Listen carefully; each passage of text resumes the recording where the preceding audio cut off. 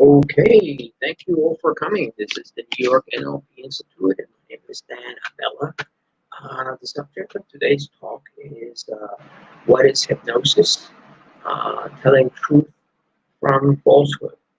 There's been a lot of talk over the last years as to what exactly is hypnosis, does it work, and the narrative basically ranges from you can use hypnosis to train someone to kill someone, or to the other extreme, which is hypnosis doesn't work and it's just a big sham.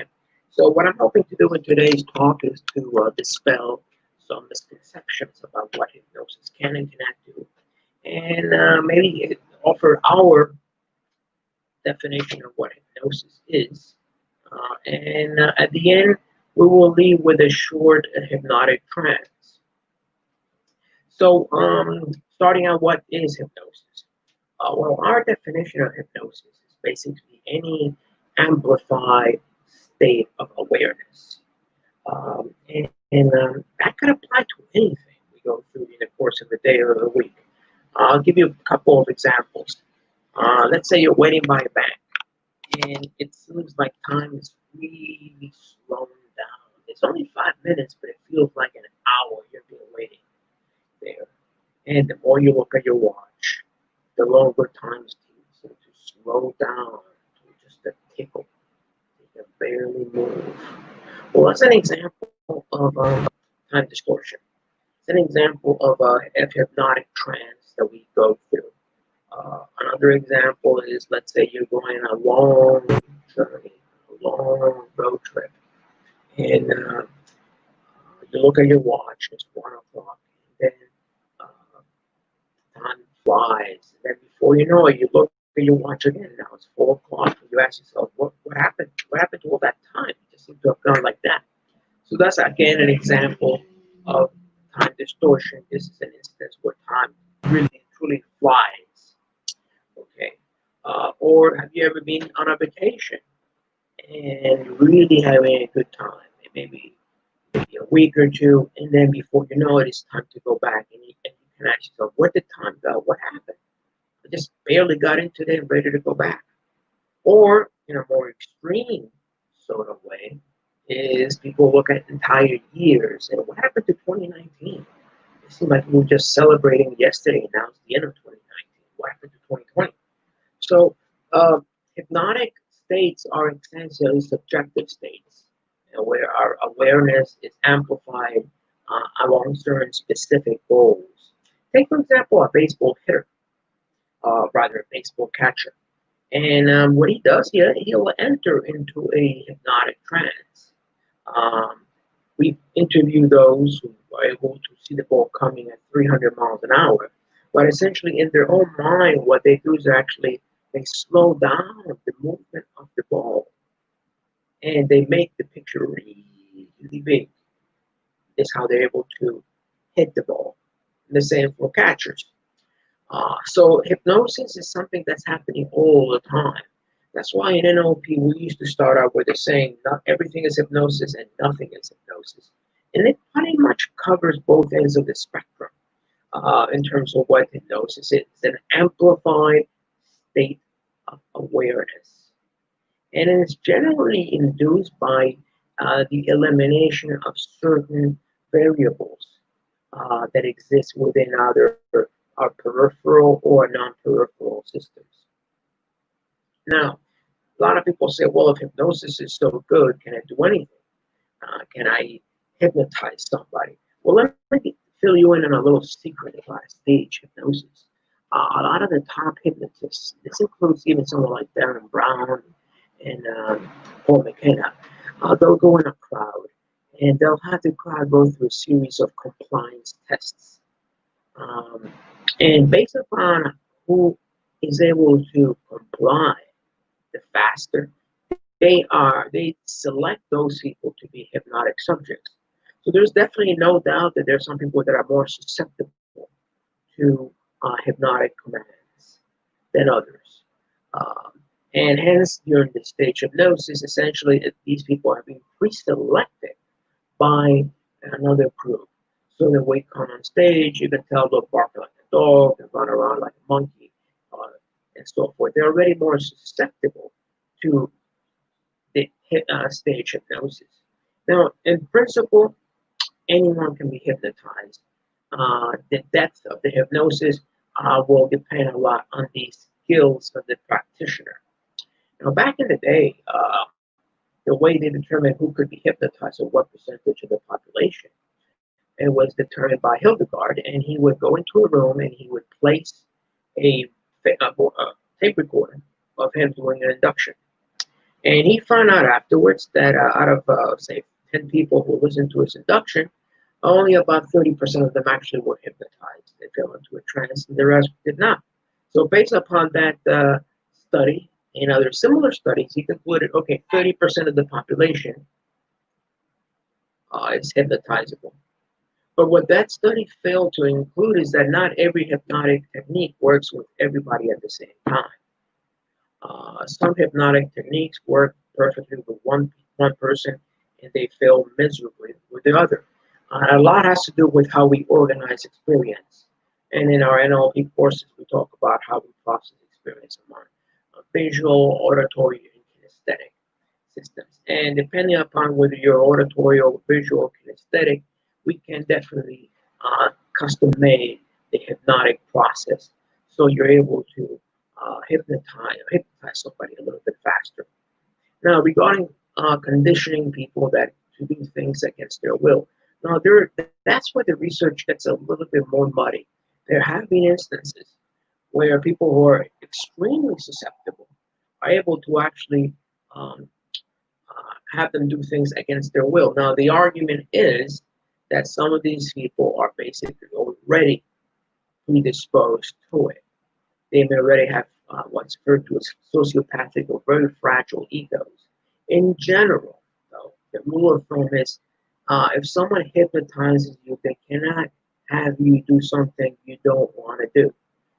In hypnosis and classical hypnosis, you just don't blank out and then the next moment you're doing crazy things. It's that you're fully aware of what's going on, except you're doing so in a very relaxed state. So if the hypnotist is telling you things that are against your moral upbringing or against your education, you will not be able, you won't do it. So that's the rule of thumb. Now, there might be some very unusual cases where, based upon the person's susceptibility, and eventually have broken down his ego defenses, cult-like situations, such as, like, say, the famous Manchurian candidate. Yes, it's possible then to create a Manchurian candidate because you're pushing that person beyond the ordinary compliance tests. You're essentially having them go through specific rituals which break them down, break their ego, break their resistances down. In that moment, yes, there is an opening in the unconscious that you can include and embed information which may be ultimately antithetical to the person's moral code. Essentially, what you're doing, you're not really hypnotizing the person. You're essentially creating a split personality. And this is the case of a lot of people that we've seen in the past, the famous people, someone like Sir Hans Sirhan or Patty Hearst and so on. Essentially, there were conditions that were created that split the personality apart from the individual. In normal hypnosis, whether it be stage hypnosis or classical hypnosis, that doesn't take place. The person essentially is fully aware of what's going on. They know what's happening, and you're just going along for the ride. Now, some people will say, well, hypnosis is just going along. I would venture to disagree with that. You're not just going along. You're in a very relaxed state of mind. And in neuroscience has shown that in that state of mind, the right brain operates much more in tandem with the left brain. So you're able to get more information into the right brain than ordinarily you would into the left brain. So if you're in a relaxed state, what they used to be referred to as going alpha back in the 70s and 80s, you would definitely see some of that happening. A situation where the person would enter into a very relaxed state where you're to take an EEG or EEG rather, of their brainwave activities, and we see a lot of alpha activity. And that's certainly an indication that there is a transition. Generally, more right brain, more alpha activities is associated with um, right brain dominant physiology. So there is a physiological component to hypnosis. It's not just make believe. Now, some people, the second misconception is the deeper the better, and I again have to disagree with that. Sometimes you can get people to do these amazing things where they're not in a deep state of hypnosis. Because generally, if you put them in a really deep state of hypnosis, they may actually either fall asleep or won't remember what they were told to do or were asked to do. So you want to get the person in a hypnotic state that's not, it's in between deep and light, sort of in between. Um, Sort of similar to what you might experience when you wake up in the morning. You're like half asleep and half awake. That state where you still have these ideas swirling going around in your mind. And that's very similar in nature to the kind of hypnotic state we're talking about. These are moments actually during the day if you really wanted to get things done to include positive affirmations in your mind, that kind of hypnagogic state about things you want to do during the day. And those are the days you want to really fill your mind with life affirming and expansive statements. So hypnosis definitely happens over time. It can be induced through a variety of means. Generally, you can't get someone to do something against their will unless you've broken them down through MK Ultra or Manchurian style brainwashing. Standard hypnosis won't allow that. Now, what about the person who barks like a dog? Well, what I would venture to say is he never really had any major objections against doing that. A lot of people want to play the clown on stage, and they may not necessarily. It doesn't take them well. It doesn't take much for them to say yes, I'll go along with that. So during these susceptibility tests that the stage hypnotists provide, there are always going to be a few people who are the exhibitionists, the ones who want to show, want to be highly compliant. But in general, you can't really get you can't get people to do things against their will, especially against their moral backbone. Okay, now and hypnosis is again is something that happens. There are various types of hypnosis. We talked about time distortion, where you slow time or speed it up. Another one is regression hypnosis, which all of a sudden you feel there's something that happens. You're back to the time you were 8 or 9 years old. That might be because you may be walking down a store and you sniff the aroma of coffee, and all of a sudden you feel like you're an 8-year-old kid having all this great time, is playing with your toys, having all that's regression hypnosis, and marketers know how to select the right triggers to create regression hypnosis. In fact, I'm going to fill you in with a little secret here. If you want to get someone to buy something, you should regress them to the time they were 8 or 9 or 10. And that's really what they're in their buying state.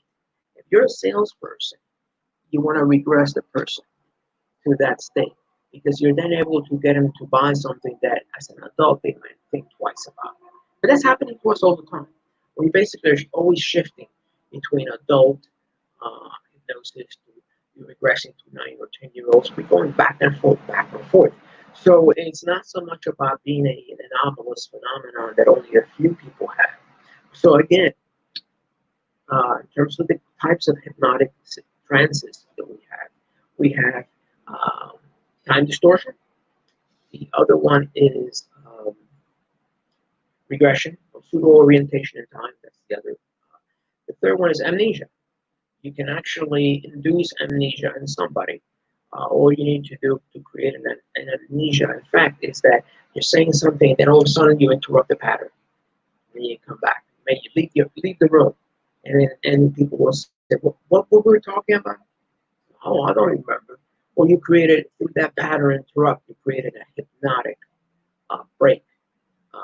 You induce amnesia in the person. And we're doing that to each other all the time. Anytime you grab that phone here and say, hold on a second, you're essentially creating a hypnotic break. And it's an opportunity to induce amnesia, hyperamnesia, the ability to remember things. That's another hypnotic state. Um, so there are somewhere between 8 and 10 different hypnotic states, catalepsy and catalepsy, where you just lift the hand or slowly, slowly, and then see the person hanging. That's again another hypnotic state. So there are all different processes to enable us to reach into the far corners of our right brain. That's where all the wisdom and all the knowledge lies. So hypnosis is a very useful and a very effective method. Now, self-hypnosis. You guys are probably wondering, what do I need to do with it? How can I do with self-hypnosis? So this is where we're going right now. I want you guys to take a deep breath and say, oh, deep breath again. This time you're going to exhale twice as long. Deep breath again through your nose. Exhale. Now, I want you guys to think about a time in your life that you felt really, really comfortable.